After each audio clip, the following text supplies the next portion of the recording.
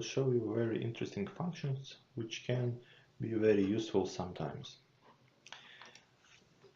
So we have a simple dataset, or simple column with some values. So in our case, it's just simple sequential numbers. Doesn't matter what it is. Assume that sometimes we need to get previous and next records. In order to do that, we don't need to make some different joins and complicate our life. In newest version of SQL, we can use the basic functions lag and lead. Now I will show you an example how it works. If we need to get a previous record, then we can write the function lag.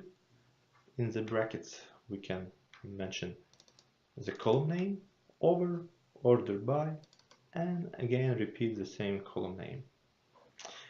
For the next record we will use the function lead. In the brackets we should mention the column name, over, order by, and column name. And now I will execute the script and take a look what we get. For record number 7, where field value is 10, as a previous record we got 9, you see, it's coming from the previous record, and as a next record we got 11, it's coming from next record. I hope it's a very useful function sometimes, in case if you need to make some comparison of the values.